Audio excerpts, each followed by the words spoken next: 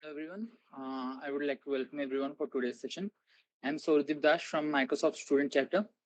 And am I audible? Yes, Sardeep. Okay. So last time we were unable to complete the Bootstrap. I will just give you a quick review about the Bootstrap. Then we will start with the JavaScript. Anisha will be introducing you with the basics of JavaScript, and then we will do a project as well. Okay.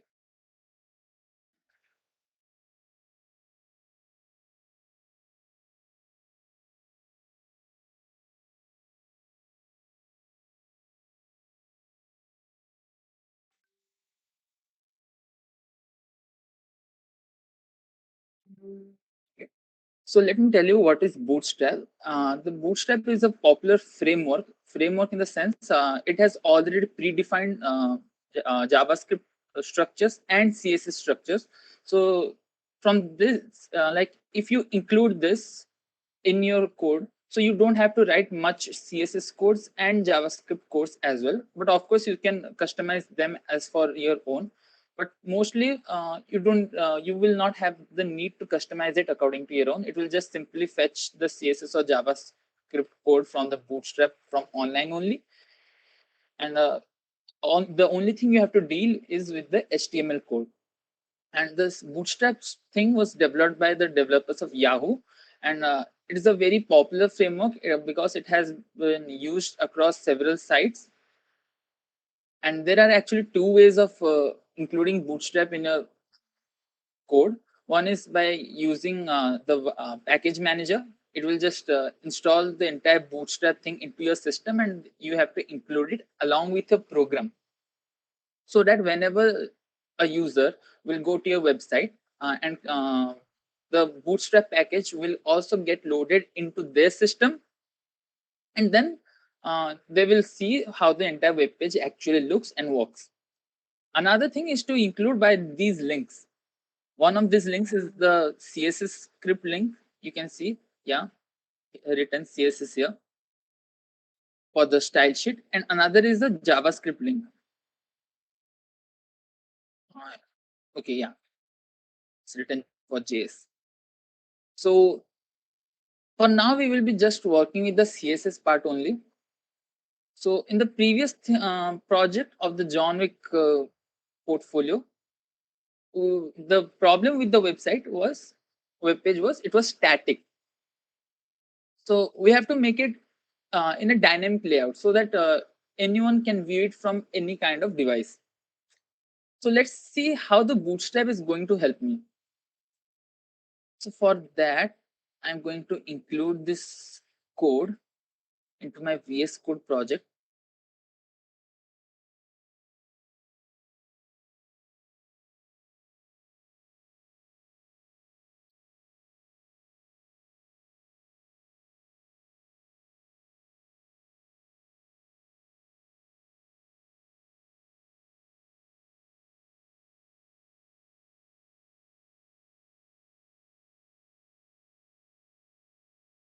Okay, sorry, it might not be visible because I'm just sharing this tab. Wait a minute.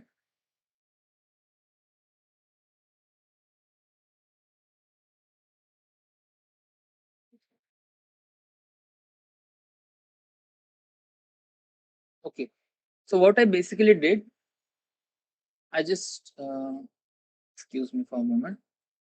I went to the Bootstrap website, copied this entire thing, this code only, and went back to my portfolio thing and pasted it right here, this bootstrap.min CSS thing. So that whatever CSS I have to do, like I will this web page of mine will use the CSS which I have defined earlier, but it will also help me to give the CSS and other properties which I am going to use via the Bootstrap. So what are the exact thing which I am going to use? So previously, let me show you what we had.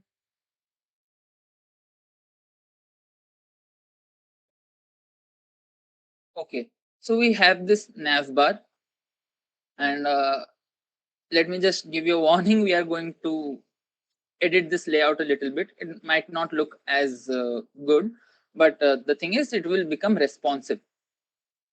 because for now this is static in the sense when I will shrink it, or if someone will view from a smaller device like a mobile or tab. Okay, wait a minute.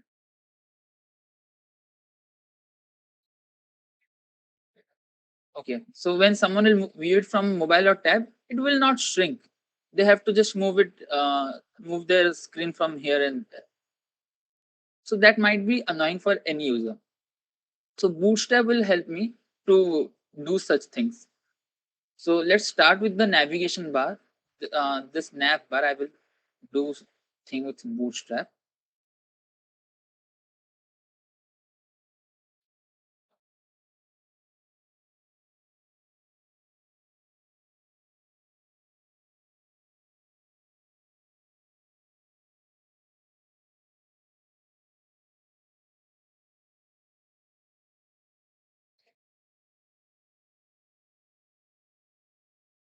So here we have different kinds of navigation bar.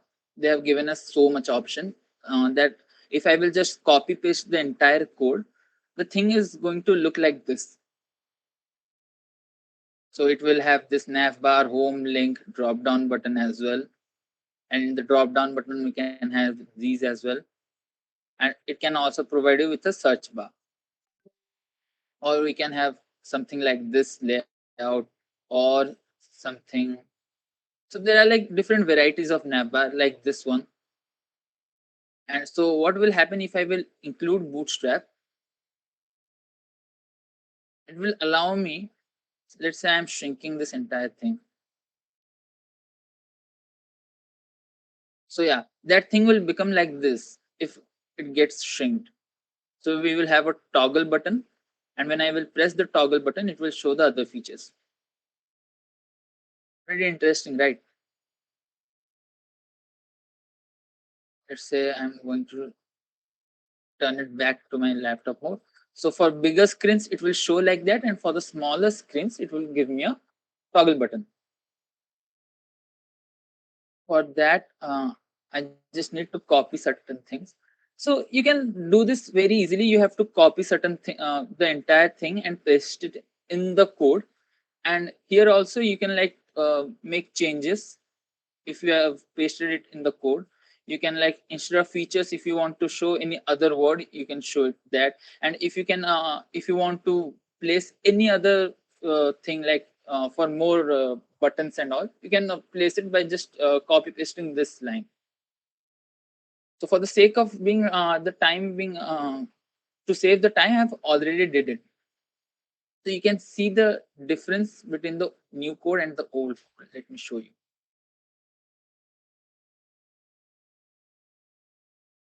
Okay, so the old code we used the nav class of the HTML to create the navigation bar. But this one, the new one, we have used the bootstrap code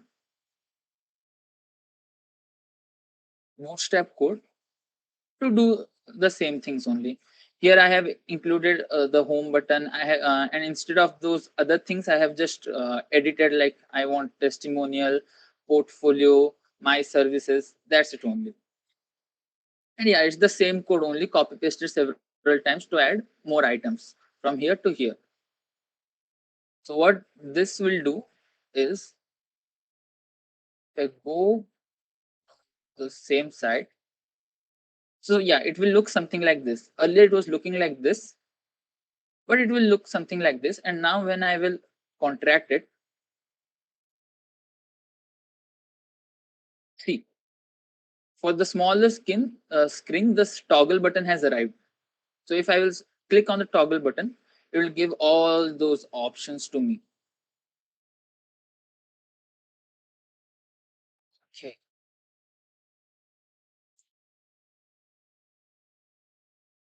And there are several features, not just the nav bar. You can also design many buttons as well, and you can also do customization of the bootstrap thing.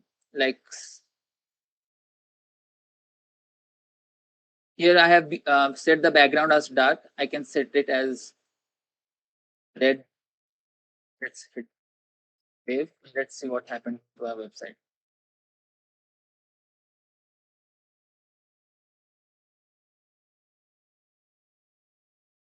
Okay.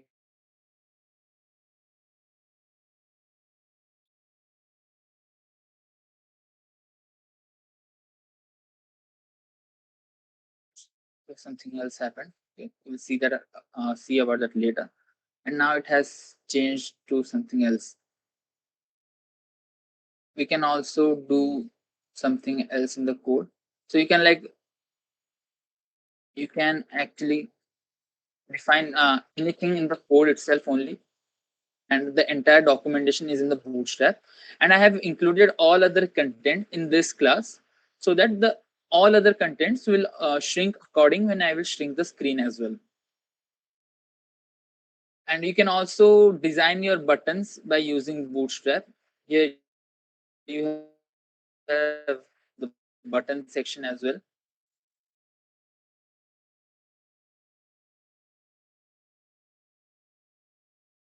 So you can design these kind of buttons as well by using the Bootstrap. And the Bootstrap also gives you a variety of buttons, such as this one also, buttons like these. And for each and every button, the code is written right here. So if you will take these code and copy paste in our website, we will also have these button. And to change what is written inside the button, we can just change simply this part of the button code. So this Bootstrap is actually a very huge thing. So I would refer everyone to explore it by themselves. You can have carousel as well for your website, and carousel help us to have these this feature in the website where you can like have 2 to 3 photos as well.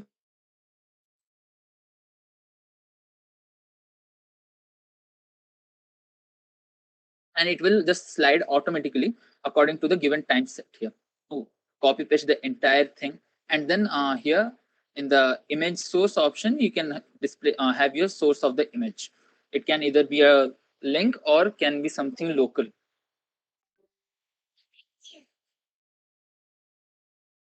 You can have drop downs as well.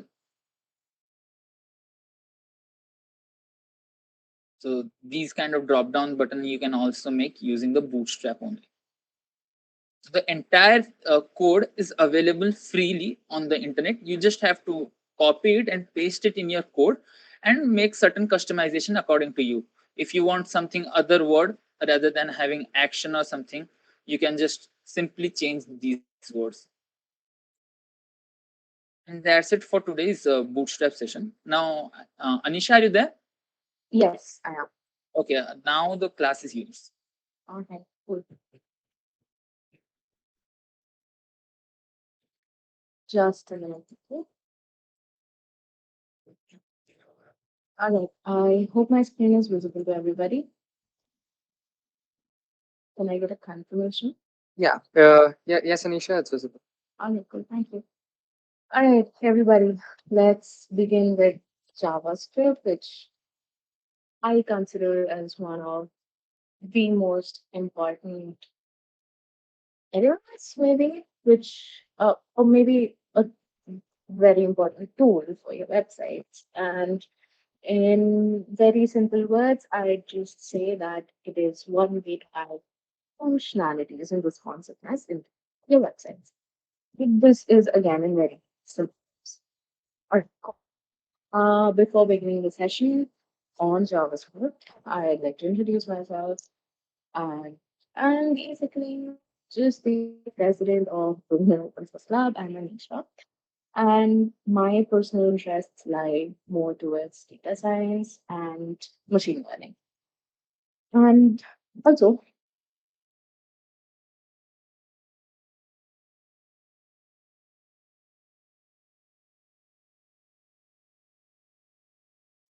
sharing this again via emails and put it down in the description of the YouTube video, which we will be uploading soon enough. So, yeah, without any further delay, let's address the elephant in the room. What exactly is JavaScript? Now, it is a programming language which is used for both software and web development. So if you ask me a question, which is that can I do something like data structures and algorithms in JavaScript? The answer to that would be yes. And can I use it for web development? Of course, yes. I mean, why would we even include that in the LTS then? So yes, it does help you guys in web development as well by, adding in some functionalities and these features to your website. Now, you might, if you are a fresher in JavaScript, you might ask, what exactly does JavaScript do? Few of the examples are the alert messages that you might see that pop up on your screen when, for example, you forget to type your password or you type an invalid password. But for example, our college portal, our login portal, you might get a pop-up that if you're putting an invalid password, then it will give you a pop-up saying VTOP says invalid password or something like that. And similarly, if you look over here at the screen, there is this pop-up which reads that so and so page says that you're going to remove blah blah blah something. Basically, it gives you warning results. Now, these are what we call as alert messages in JavaScript, and this is one of the features that you can add in, right? And apart from that, there is this another, you might call it basic, but it's interesting feature that you can add using JavaScript into your websites. And that's what we call events. So events are basically like something which can be done by performing some sort of action. So let me just take you through some of these examples. Right. Let me open this maybe. So if you can see over here in this GIF, if this user or when this user is clicking on this click me event button, a pop-up comes up, a pop-up shows up which says, hi there. Now this is an event in JavaScript. And this is a very basic example of an on-click event. What exactly do I mean by on-click event? I'll be taking that up later when I'm discussing about alerts and events. And that's basically a very simple example of what JavaScript can help us with. Now, let me quickly take you through our cheat sheet. Right. We will be following the order of discussing some very basics of JavaScript, like, data types, variables, strings and arrays, a bit about the control statements and loops and everything. And then I'll take you through a very simple code that I've made, a very random one indeed. And just a moment. Yes, sure. I will be sharing the cheat sheet as well as whatever code is going to be shared in this particular session. So don't worry, all the material will be provided. Okay. So yeah, that's pretty much the order. I'll take you through the code and then I'll talk a bit about alerts and events and then I'll hand over the session to Sonia. So I gotta make it quick. So I'm just going to skim through a lot of points, but if at any point you feel like you didn't understand anything, please feel free to drop it down in chat. All right. So let's start with data types. Now, data types is basically like, all the strings and the numbers that you want to show or add into your website. Like, for example, you have strings like, let me show. Uh, you can have strings like something random like this, or maybe something like this. Yes, it's having a number, but it's a string. These are some basic examples of strings, and strings are basically a collection of characters which is enclosed within quotation marks. So here I have used double quotation marks, and you can also use single quotation marks. I really won't make it as such, right? Then talking about numbers, I think that's self-explanatory. Numbers could be 1, 2, 2.5, sorry, 2.5. It can be something as random as this. And yeah, you have different things like floats and decimals, but those are just, subparts of the entire category of numbers. Then you have Boolean, which is going to be true or false, which are basically representations of zeros and one, the on or off switch thing. So yeah, that's basically it. Null data type is basically showing that, there might be some variable which has no value at all.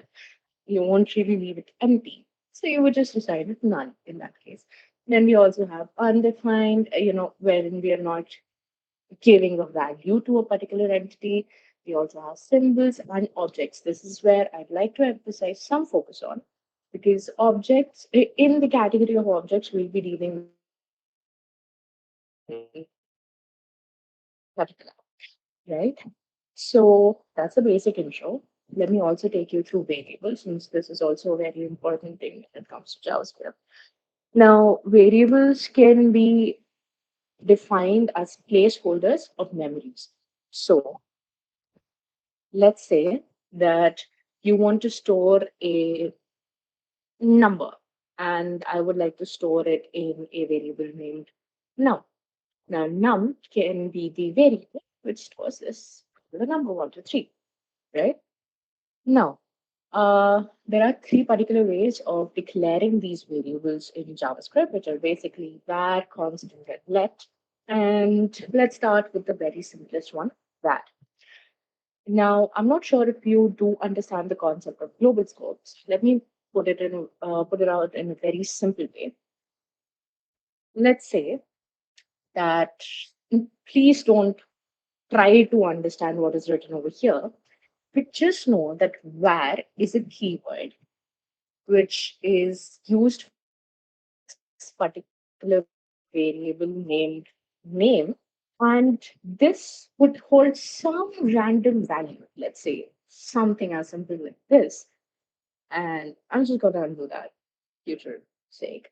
But yes, it's going to have some particular value, and this particular variable can be accessed anywhere within your JavaScript code, and it need not basically it doesn't have a restricted access. We don't have a restricted access to it. Once it is defined, it can be used anywhere. So let's say if I make a random function over here, or if I write a piece of code here after this particular function block, I will still be able to access the nameplate. So that is the feature of var. Talking about let, if I let is basically like that, but it has a block access or a local scope. Now, what exactly do I mean by that? Let's say this was not var name and it was declared as let. This variable was declared using let.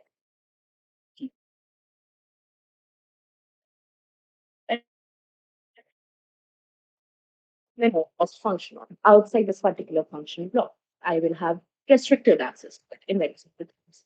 And if I were to talk about constant, it is basically let, but with a very fixed one. So let's say I have this age variable and I assign it a value of 18.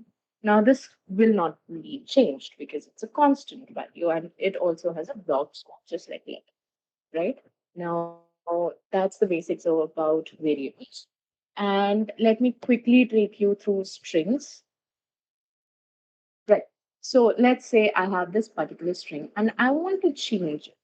The string is stored in the POSN or position, uh, in short, variable. Sorry. So yeah, this position variable is having this particular string value as absent.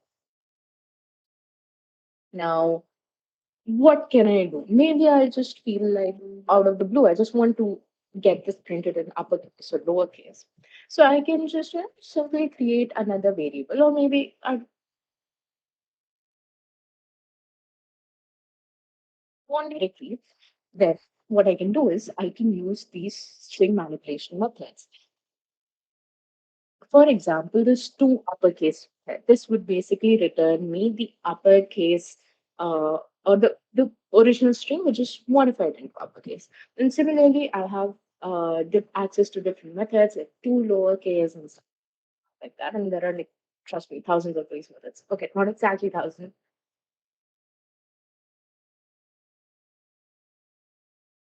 but yes, there are many. So do not forget to refer to it as well. So yeah, you have several such string modification methods, and I'd also like to introduce this particular and very important indeed manipulation, right, which is basically accessing a particular character from a string by giving the value of the index of the characters or index or the character's location. So there is this char at method, and if you pass any number or any index which belongs to this particular string's range of indices, then it will return you the value of the character at that particular index. If you do not understand the concept of index, it's very simple. It's basically just positioning of all the characters in a particular string or whatever data structure it may be. So if I were to talk about this particular string, it would have the indices in such an order that A would be at index 0, B would be at 1, S at 2, O at 3, and so on. So if I were to access the first index of this particular string POSN, then I would get B as the output because B over here, the character B, is at index 1. All right. That was a very basic and very short introduction to string manipulation. And please do not forget to just go through this cheat sheet and also the documentation which is available out online. And next up, let's quickly go through arrays. And guys, if I'm going fast, which I know I am, do let me know if you feel like you're not able to understand but some particular points are like that, right? Now, arrays. I'll take some time over here because this is also a very important topic, a very important data structure that you would be using literally everywhere, right? Now, array is basically a data structure, or in very simple terms, I'd like to introduce it to you as a collection of several components, maybe, or several characters, or basically different objects. For example, if I want to make a collection of fruits, I could assign uh, all these different fruits or the list of all these fruits into one particular variable, which would be my array. So, for example, if you look at this fruits variable, let's not look at the declaration method, where if you look at this fruits variable, you will be able to see that, okay, it's having a list of all the different fruits, okay, not all, but some different fruits. We have apple, banana, and orange, right? Now, why it's exactly is there a constant over here? Let me not go into the details, and I would just say that focus on this particular part that arrays are generally assigned using the constant declaration method. All right. And that's in JavaScript. That's it. Right. And of course, please do not forget to include all these objects of your array within a square bracket or within square parentheses. And again, another point, as you might have seen in Java, or even if you have not, there is this very important syntax of ending all the lines with a semicolon. So please do not forget that. Otherwise, you'll be getting an error and you might not be able to figure it out if you're, fed up with everything that's going on.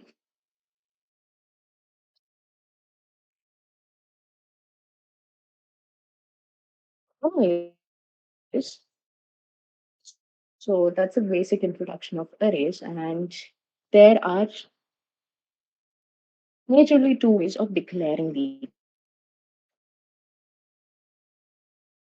arrays. Method of declaring arrays is something that you've seen over here. It's going to be there in this array and just in the itself. There might be cases where you might not know what make an array. So what you can do is you can assign array as a variable name, and assign it an empty array. These empty square parentheses resemble empty arrays. And then what you can do later on is, let's say, in future you get to know that okay, at some particular index, let's say 2, or let's just keep it very simple. Let's say that the starting element is something that I found out now. So let me just assign the value later in the future, right? So this is another method of declaring arrays in JavaScript. And if you wish to access it,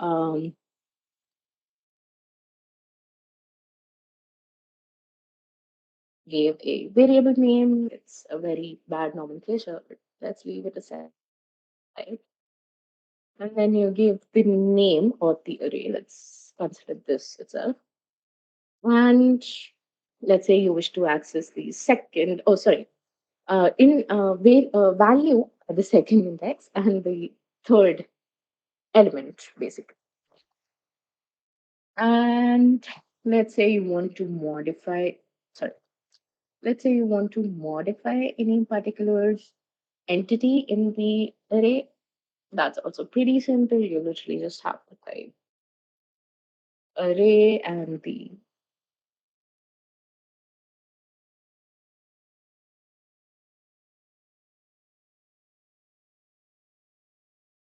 position of the particular element and assign it a new value. That's its basic methods for arrays. Push.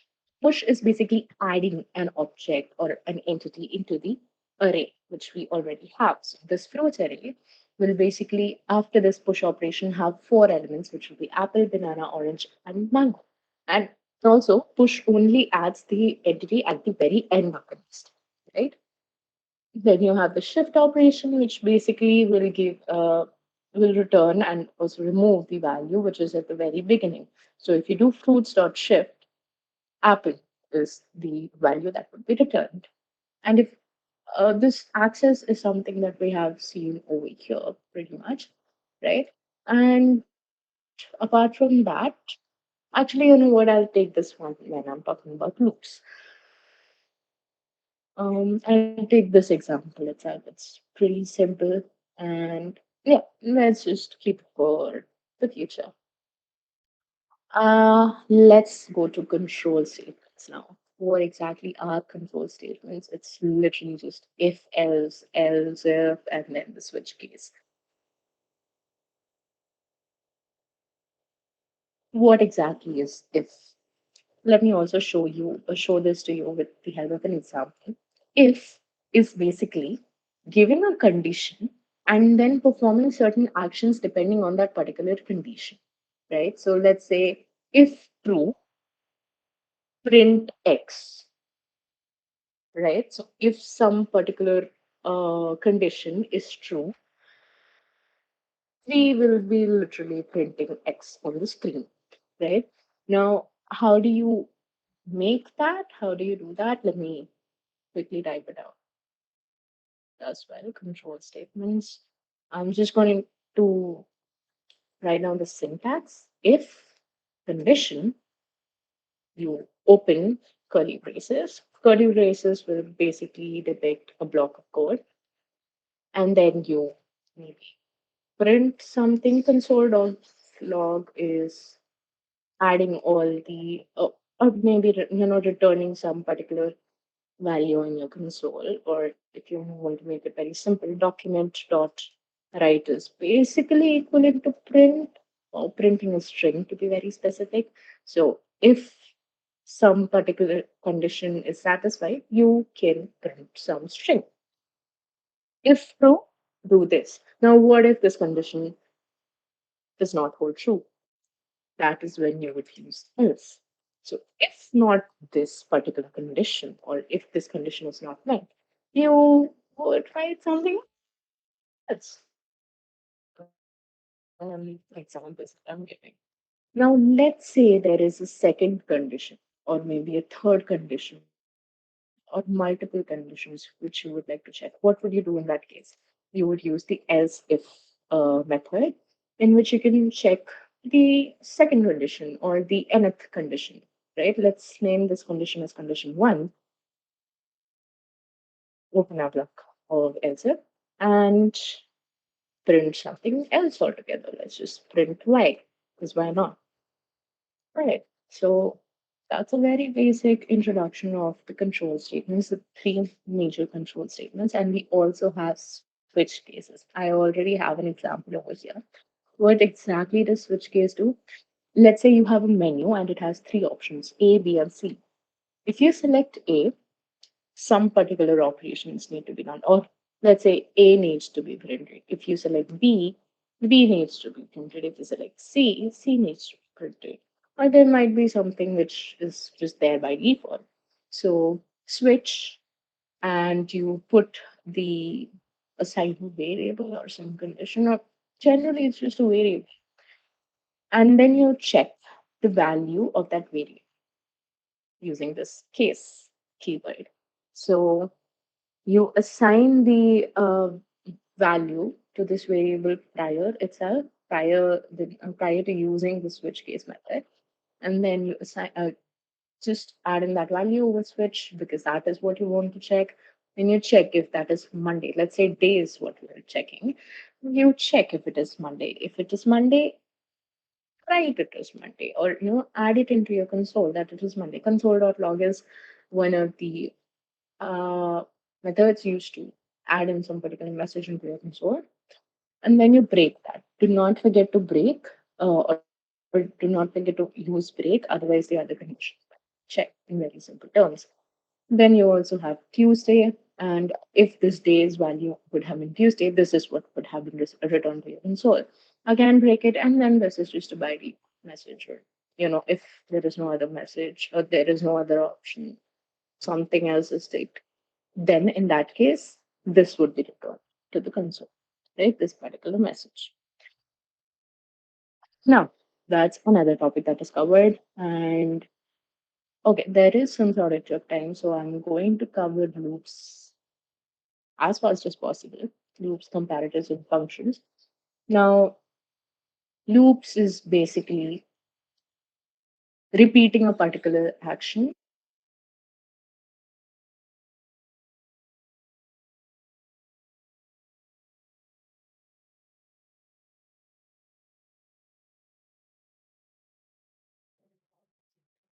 Anisha, are you there?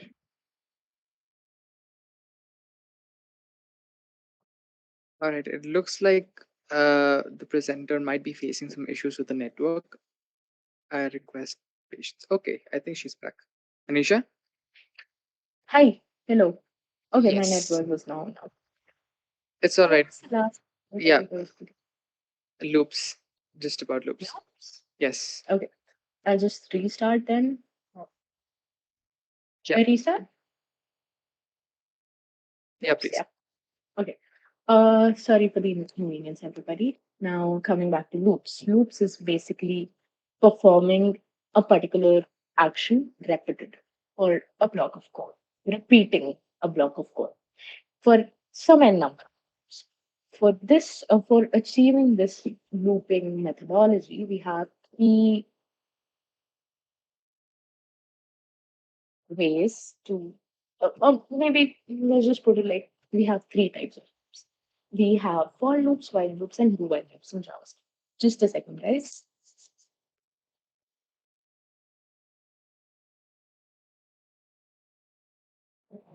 Right, I'm back.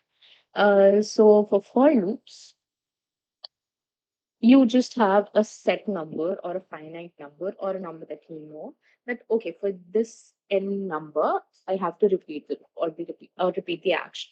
So you would use a for loop in that case. Um, While loops are generally used when maybe you don't know for how long you want to run the loop, or there is some condition on the basis of which you want to, execute some actions repetitively. That is when you would use the while loop. And do while loops are like do one particular block of code, and that would again have some particular condition maybe, and then do the while part. Just continue to repeat the while part after performing do, and whatever is written within the do block will be performed at least once. And after we are done with do, we will uh, go through the while block till whenever it remains. All right. Coming back to that for loop example over here in arrays, one of the ways to iterate over arrays would be using the for and just assigning some new variable, the value of all the elements that are there in this particular array. So let us say we are assigning those values in this particular variable named fruit, and we declare that as constant. And for constant of fruits, as in for constant fruit of fruits, which basically means for some element in the entire array of fruits, you perform some action. You print fruit. You print whatever is written over here. Whatever is a part of this entire um, array, right? Initially, our array had apple, banana, orange, and mango. So apple, banana, and orange and mango is precisely what is going to be written, right? Uh, Coming to comparator, well, just a moment, please. Difference between control log and document write.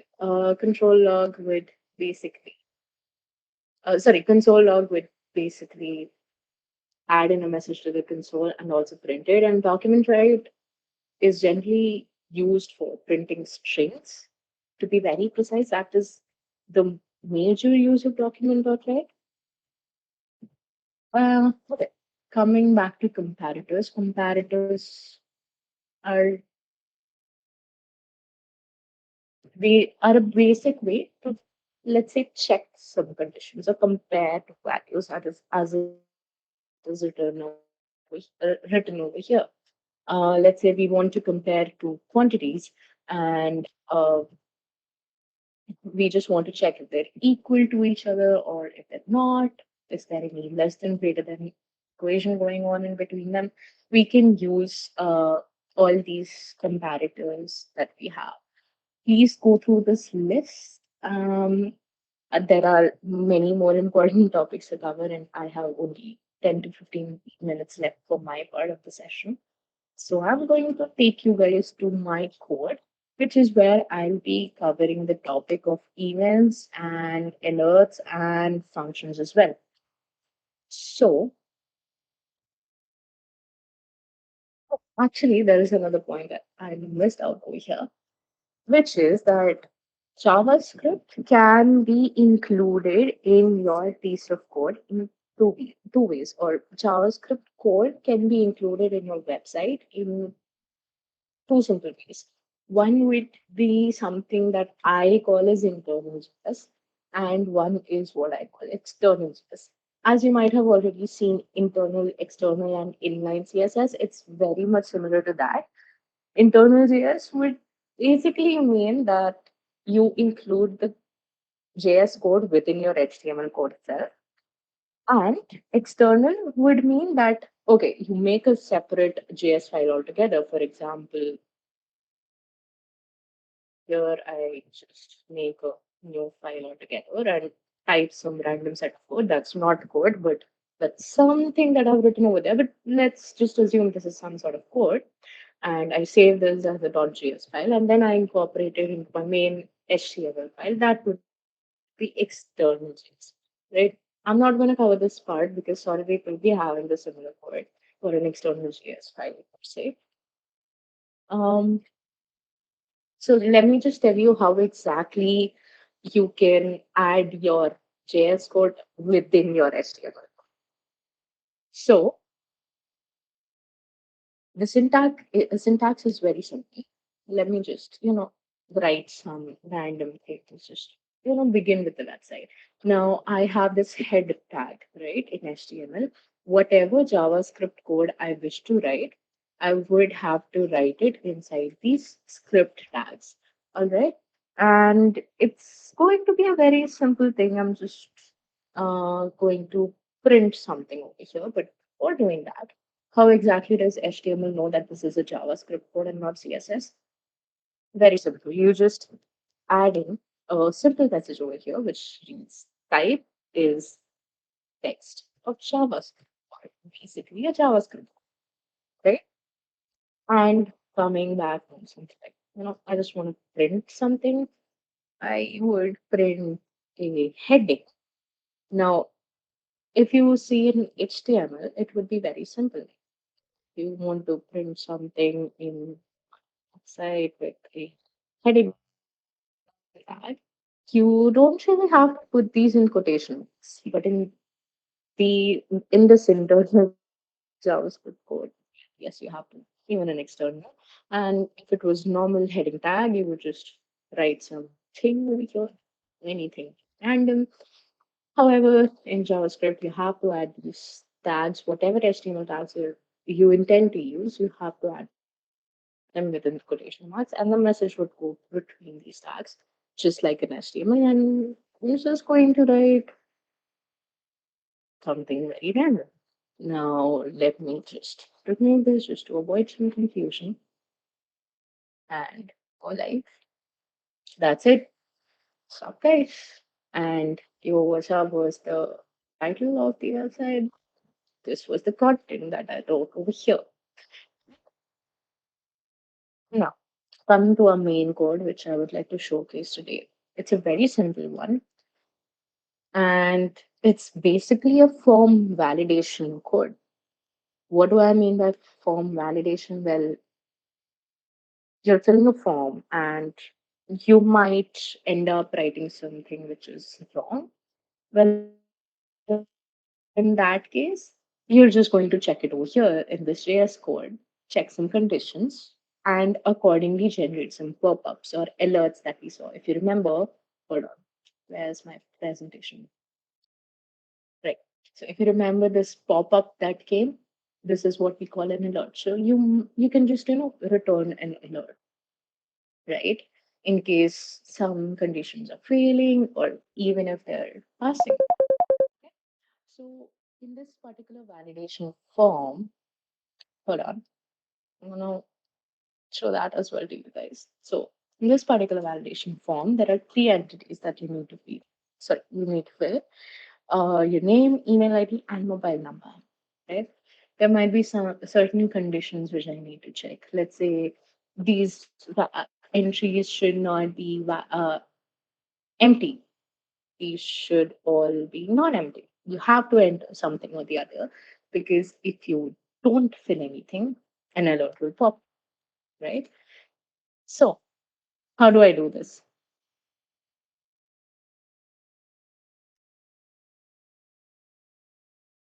Right. So, let me just reduce some confusion. How did I make this form? It's just a very basic HTML code. You make a form. Don't focus on this line for the coming 5 to 10 minutes. And you can just see that, okay, I have created some labels for all these inputs. So these are the labels and these are the input fields. And it's literally just 6 lines of labels and inputs and labels and inputs, and then a final submit button. All right, this is a basic way of creating very basic prompt. I don't think you'll have to build ever as a professional web developer. I hope you don't really have to make such a very small, stupid form. So yeah. Now do note the names of all these elements or these input fields. I have name, email, and PHNO standing for phone number, right? And I have assigned all these names for some reason. Now, when we want to check if something is going on, if we want to check that, okay, is this field empty? We'll have access this particular, right? That's exactly why I have added this ID over here, right? Now, this ID would be accessed by my JavaScript code, and whatever value is mentioned inside this input field, let's say I put ABC, this ABC value would be assigned to this name variable with the help of this particular method, will get element by ID, right? So get element by ID. You would extract an element's value by mentioning their ID within these parentheses. You extract an element's value by mentioning their ID in this parenthesis. What exactly is this element? Where exactly is this element? Well, in this case, it is in your HTML code, in your main body HTML in for which basically this particular thing over here, this particular box, and whatever value is entered over here by the user, in this case it's ABC, would be assigned to this particular variable name. So name is basically going to have the string ABC. Similarly, I've also written the code for fetching email and phone number from whatever data is entered by the user, right? Now I'm going to start with the validation. I'm going to check what all needs to be, maybe if there is something that needs to be filled, is there something that is missing, are there any conditions which are not met? I'm going to check all of them here. Now, the first thing that you might notice, or we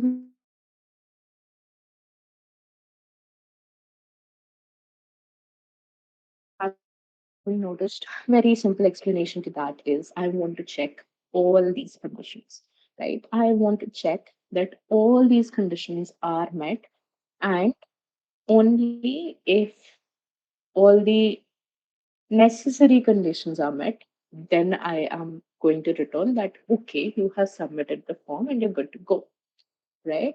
Let's say the user doesn't enter anything at all and clicks on submit. I don't know why they forgot, but hey, we have an alert that pops in. How does it come? I check this particular condition. Now, the pipe symbols over here, this is what we call pipe. If you don't know where pipe is, it's literally just the key above the enter button or the return button, as you might call it.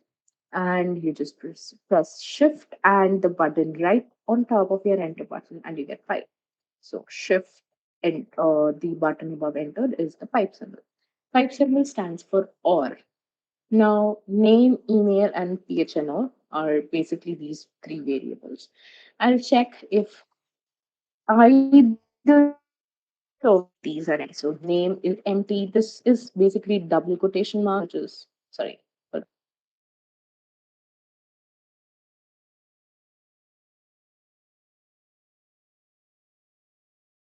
on. Oh,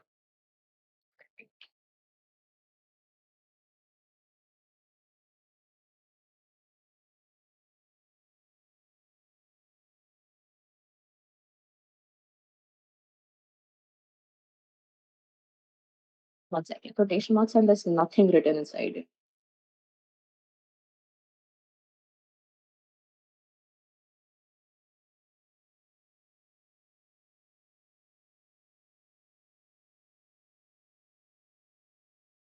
Or is email empty, or is phone number empty? If all of them, Sorry to yeah, interrupt, Anisha, but we were facing a bit of interruption from your side. okay, So can you rewind a little more and sure. Where do you want me to start? like just about 2 minutes ago? Okay, I'll just explain this code again then. Right. So the first condition that I'll be checking is, has the user actually entered anything? Are these input fields empty? Are any of these input fields empty, or are all of these input fields empty? How do I do that? I check if all these variables are having empty strings as their values. These double quotations written with nothing written inside them basically represent empty strings.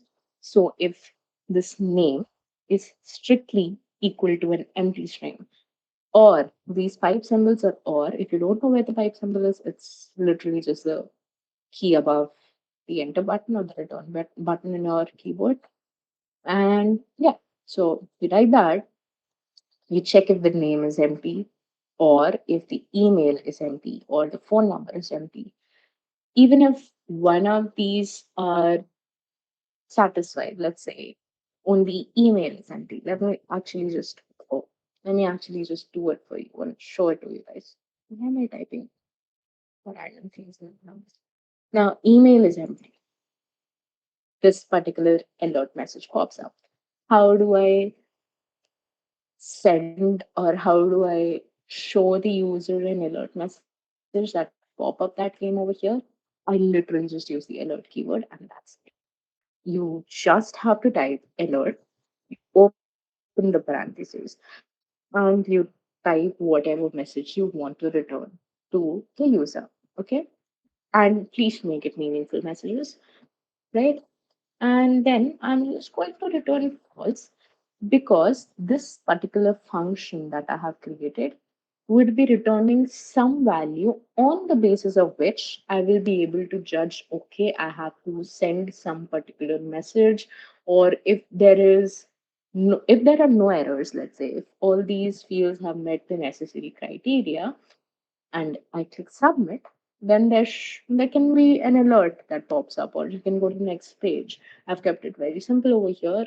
I have just returned an alert message which says submitted successfully or something like that.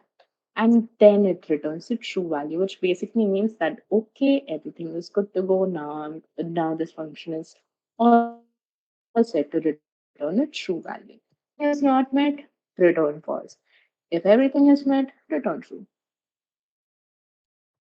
That was a very vague yet easy to understand explanation. And yeah, that was one condition.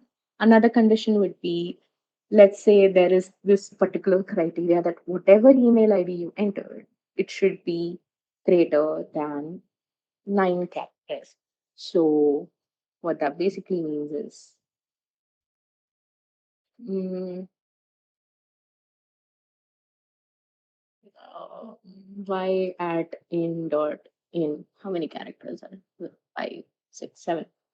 This is not an email, a valid email. Why? It's just having less than 9 characters. Now, that's not the exact email validation thingy, but it is just an example that I'm showing you over here. So I just, assigned very random and vague values over here. And phone numbers in India are generally 10-digit numbers. I made another condition to check if the phone number's length or the number of digits in phone numbers, if it is less than 10, just give an alert to the user saying that, okay, the phone number is maybe not correct. Are you sure it's correct? And similarly for email ID, are you sure you filled the correct email ID? And I have returned false. Why? Because I know that whatever value the user has now entered, it's not going to be valid for the final submission of the form. So I have returned false for that matter. And Isnan is going to check if the number that I have entered is valid or not. If it is not valid, it would return this particular alert message. If it is valid, well, yeah, probably good to go considering the other conditions are also met. Let me just show this example to you. Um, Now, I've already shown if there is nothing that is entered, this is what is going to be received. Or even if one field is empty, that alert pop up is what the user is going to see. Let's say I fill in that email ID which I filled in earlier and I do this as a number. Now, this has precisely 10 digits. It's not less than 10 digits. So it's probably a mobile number that is correct according to the program that I have. So when I click submit, this is the error that I get. Are you sure that you have filled the correct email ID? No, I'm not. I know it's not the correct email ID. So let me just add in some pre-filled data because why not? Now, this should be perfect. And yes, it is perfect. You have submitted the form, you're good to go. And if I make any discrepancies over here, let's say this is all that I type and I enter this as the value for the name, and then I click on submit, the alert that I'm getting is, have you really filled the correct phone number? All these alerts are mentioned over here, and this is precisely what is being returned in your final website, right? Now, accessing functions. Well, if you see over here, this is basically a function that I've created, which has been given the name of valid form. It can have some parameters or basically some values on values which you want to include in this function and you already have some access to them in some way. That's basically some parameters that you might wish to fill in into this particular function. And how do you call a function? How do you access this function? Well, it's pretty simple. You remember this line that I talked about, right? Now, it has both calling a function and events. So let's talk about calling the function. On some particular action, let's say this is an action, and on doing that action, you would run the piece of code which is written in that validate form block of code or this particular function which we have made. So whatever value, you remember that we had returned things like true and false, this precise value would be returned when this function is called. If true is returned, if everything is good to go, this will be returned. This will be generated as a pop-up, and true would be returned to the function value. And if any of the above conditions aren't met, we would get some respective pop-up and also false as the return value of this function. And coming to the very last topic of the basics of JS that we had to cover would be events. Now, let me go through the cheat sheet. This has some of the events that we use for JavaScript, sorry. Let's say I perform some particular action. You can see my Microsoft end screen.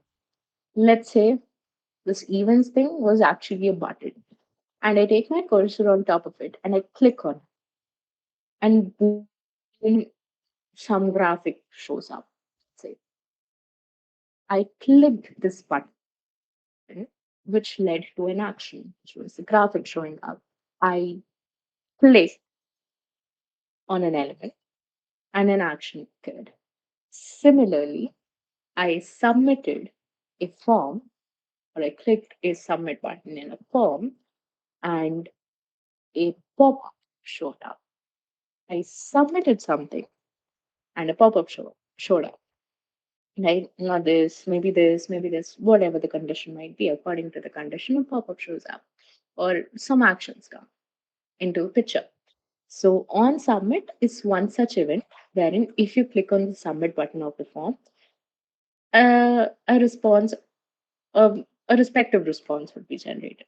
Similarly, you have the click option, you have the mouse over. Let's say that if I just, you know, move the mouse over the submit button, then a graphic pops up. Then you can use on mouse over as the event or the method, right? You might have change, you can have key down, key up, like the keys, the arrow keys. If you do up, something will happen. If you do down, something else will happen, and so on. There are many other events that you can look into, and please do not forget to look into the JS documentation because that has so many things which unfortunately we couldn't cover up in the session so far. So yeah, that's pretty much about the basics of JS. And since I've already taken a lot of time, now I would like to hand the session over to Sarati, who will be continuing with a dice game that we have made for an example for you guys. Sorry, people there? And then just give me a second.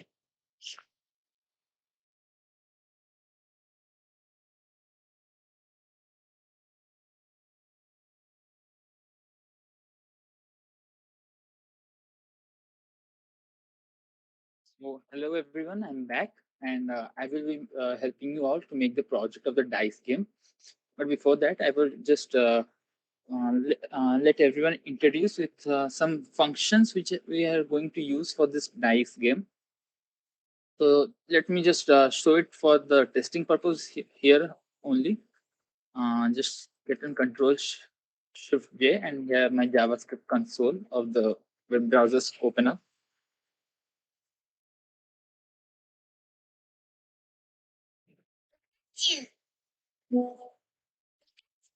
Sorry, were you sharing any screen? Like Oh, just, sorry. yeah, no problem.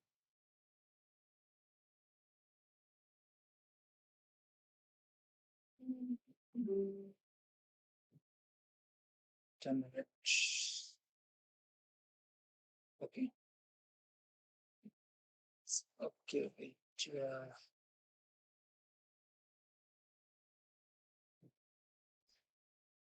Okay. Is my console visible? Yes. Yes, it JavaScript. is. Yes. Okay. So I would be introducing you with some functions which I am going to use. So let's say there is a function called random, which will help us to generate random value.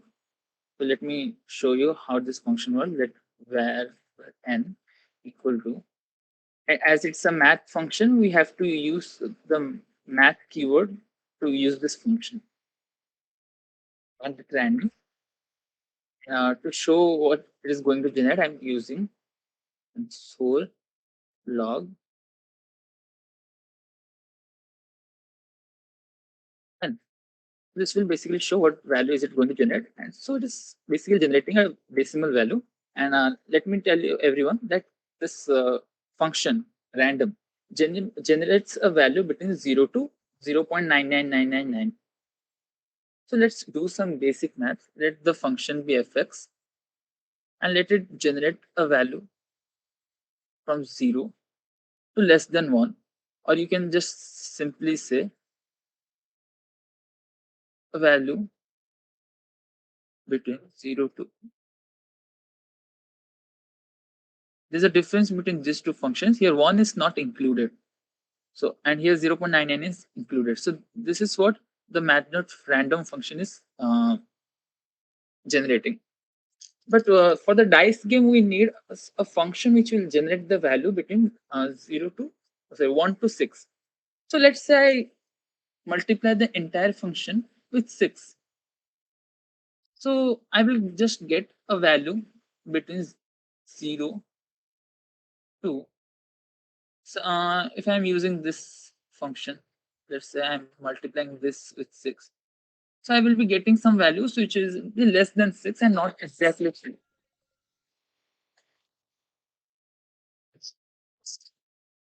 So,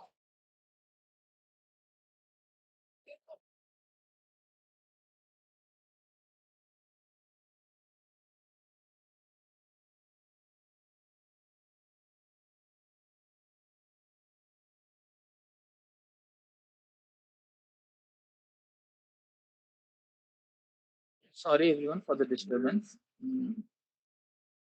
Wait a minute. Okay, so let me go back to the console.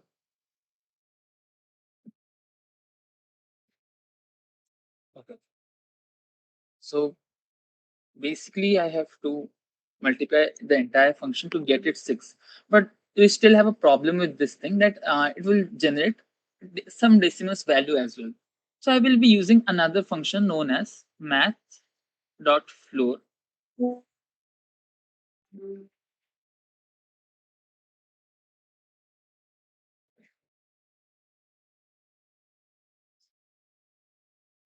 Math.floor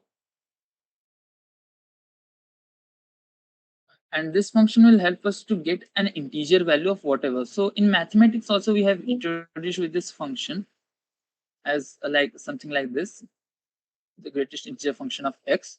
So let's say we have a function as 5.6. So this will return me a value of 5.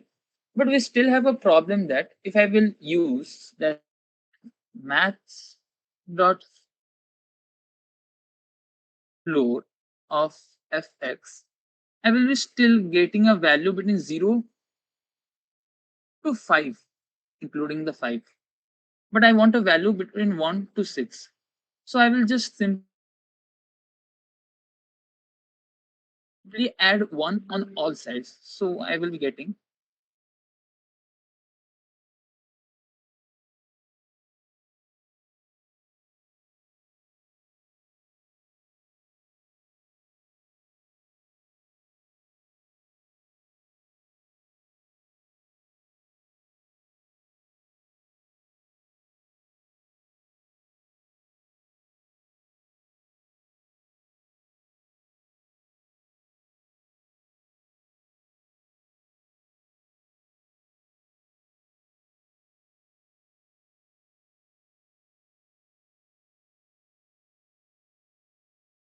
okay. Another thing I would like to say, just give me a moment, please.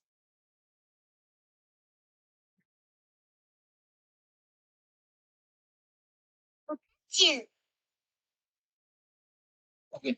So there are two ways I can use to make a die. One method is I will be using a switch case method. In this, I will be having like images to, like, let's say for case one, I will be having an image of the die like this. For case two, I will be having image of a die with it like this.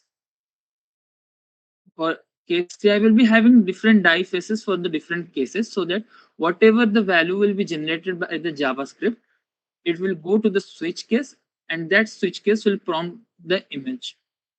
And another method is I will use all the HTML, CSS, and JavaScript to generate.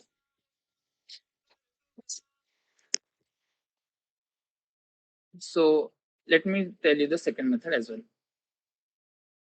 Okay.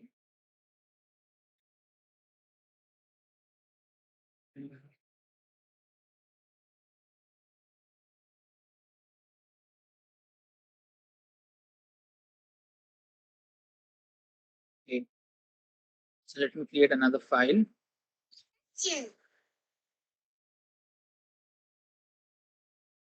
Another file. Let me just get to here directly and create a file. Okay, folder. His name would be Dice Game. In this folder only, I will be creating everything. Let's see whether it's there or not. Okay, here I got Dice Game. So I will simply be creating another file of HTML type. Go to the Dice Game. I will save it as dice.html.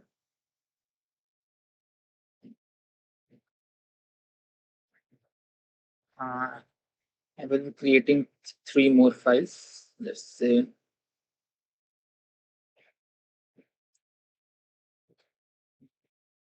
this will be dice.css. One more file, JavaScript. This will be named as dice.js. Let's deal with the HTML part quickly. Sorry.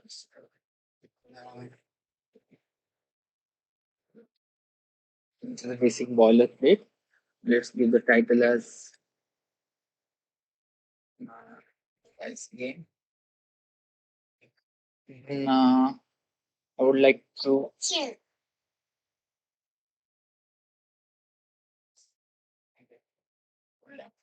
um, link the CSS part as well.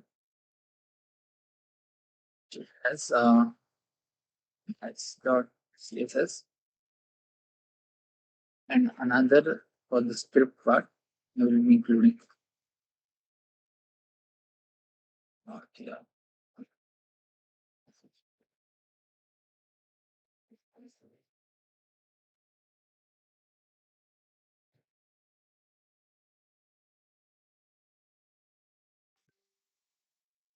Here I will be writing types JS. I will be also using defer keyword. So basically, I am using the defer keyword because this defer keyword will help me to. Sorry for the disturbance. Okay. So the defer keyword is used to make sure that the JavaScript is loaded and executed only once, and the document and only once after the all other things are loaded up, and this will help us to avoid errors as well.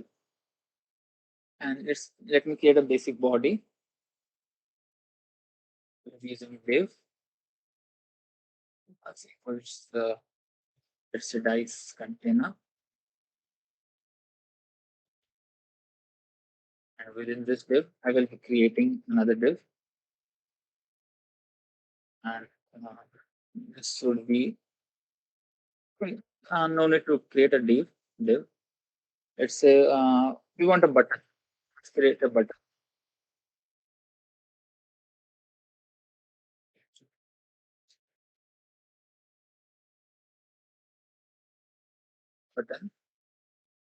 I have to mention its type as button. I also have to mention its class. Also, button.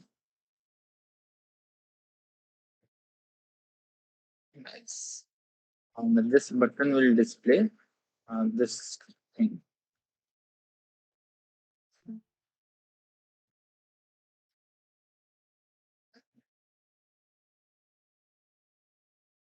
Okay. So I have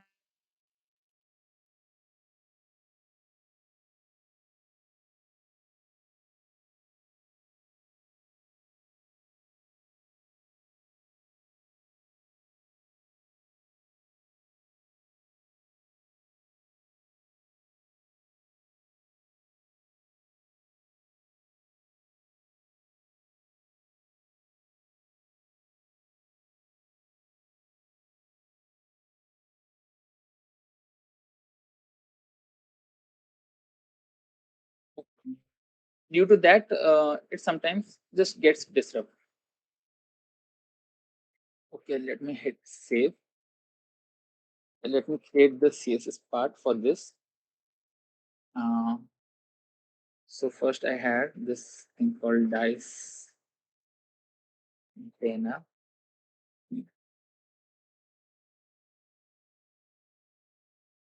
I have the dice container.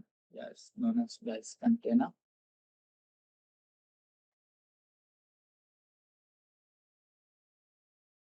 In the dice container, I will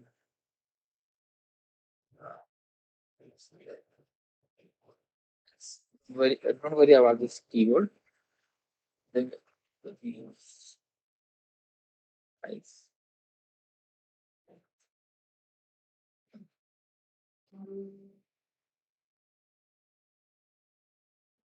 Let's just ignore this thread for now. Okay. Um, this die, I will be mentioning how the die should look. Let's say it's of 8 pixel. This will give me an error. Height equals 80 pixel. Position, I would like it to be relative. Margin, let's not ignore. Let's have a margin of 5 pixel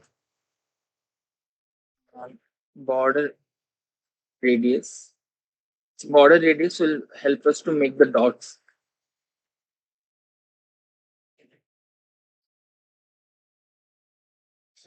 Let it be in pixel.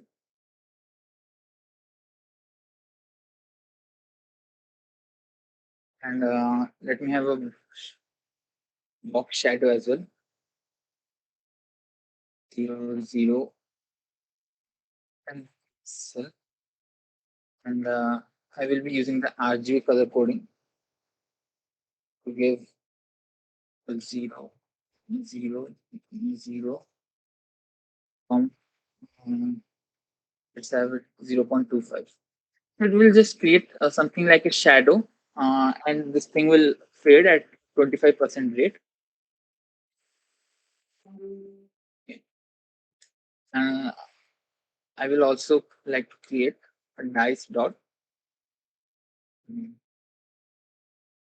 This will define how the dot would look like. And for now, I am using the concept of CSS variables. Let the variable name for now be pop. Let it be 0%, and left, that's also 0%.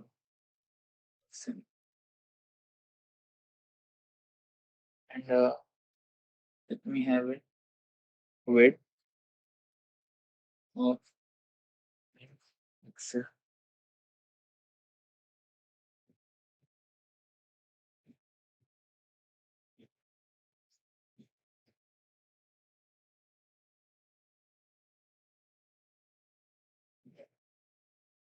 That's 15 pixel,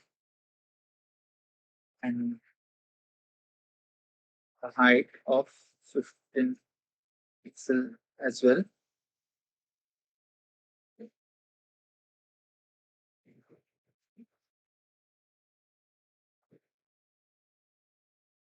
And let me, what else can I mention?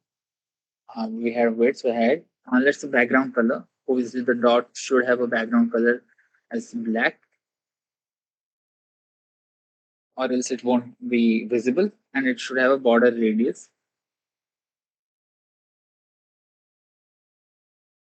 Border radius must be, let's say, 50%. Let's save. Let's say what. Let's see what we have here for now.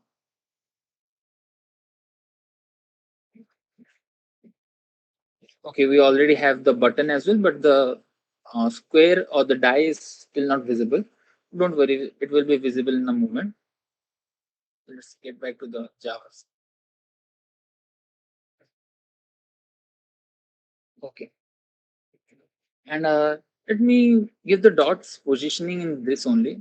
I will be using some. Let's say I want its position to be absolute, and now I will be using the top, and I will be using these variable which I had created. I'm using variable for now because my aim is to create dots for each and every element. Like say for one, it will generate one dot. For two, it will generate two dots. For three, so to tell the compiler where's the position of the dot, I am using these variables. We will be later be seeing how these top and left variables I am defining in the JavaScript to help me create the dots. Okay. So top var, and this will be, let's say, top and left also.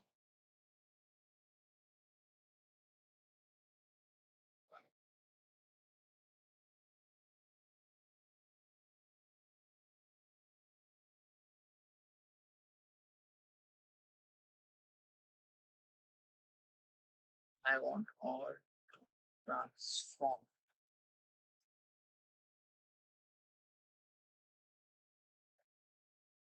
Okay. Uh, uh, so you can see the reference why I'm using the transform as well. It helps. It is for a two-dimensional transforms. applied. Basically, it's a property. You will know it. Once I apply it, you will know what I am going to do. Actually, let's hit save. Let's see what we have for now. For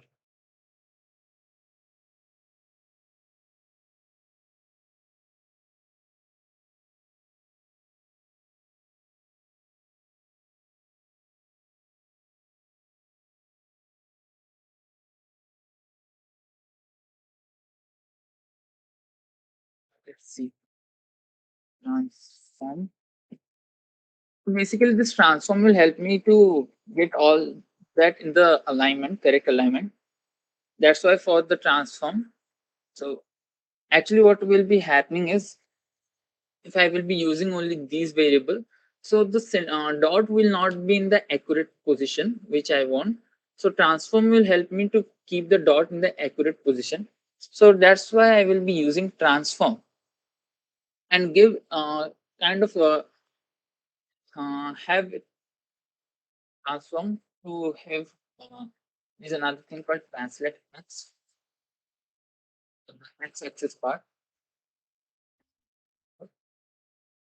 will be giving the negative of this value, and to give the negative of this value, I'm using the calc function. There.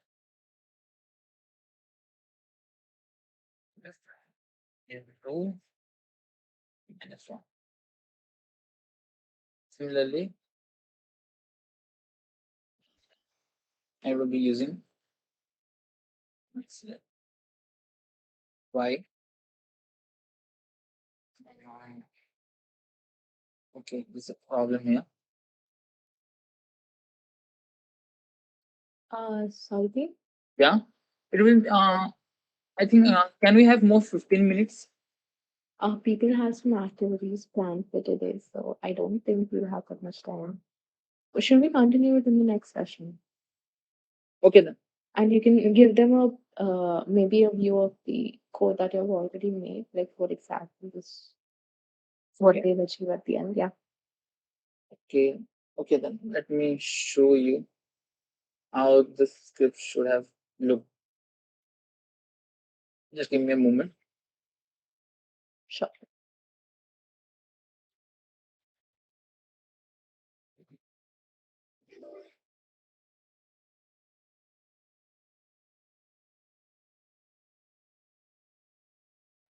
So our aim is to create something like this. So when I would roll the dice, it would have something like this. And we can also make multiple dices to appear. Let me go into the JavaScript part a little more. So in the JavaScript part, I have used matrix system to define where the dots would be there for a particular die. I would explain in the next class how I am going to use this matrix system. For now, uh, we can have multiple dice as well. Let's say here I have the number of dice to show. If I will have to show 5 dice, it will show 5 dice die as well. All of them will have a random output. Sometime it may get repeated, but yeah, everything is generated randomly. So next class, I will be taking hardly 10 to 15 minutes to show how this dice system works, and I will be also explaining the maths behind it. So for now, today is up with this much. Thank you. Thank you so much, Sardeep, and big thanks to everybody who stayed back. We will be resuming the sessions after the exams. So I think the exams is starting next Wednesday for all of you, for freshers and second years. So after your CAT exams, we will be having the sessions in the immediate Sunday and Monday that come, right? Cool. That's pretty much about it. Thank you so much, everybody. Thanks for joining. Rajesh, all the material will be shared via email, and some of it would also be shared in the YouTube description of the video. So I would request everybody to just hold on for a couple of days more since we're editing the videos and uploading them, and it's just taking a bit time. Uploading takes some time. So it should be done. All of the videos till date should be uploaded by maybe tomorrow or day after tomorrow. If the video of JavaScript is not available by then, don't worry, I'll roll out some mails for all the material up till JavaScript session, up till today's session. All right, does that make sense to everybody? Can I get maybe some quick response in the chat?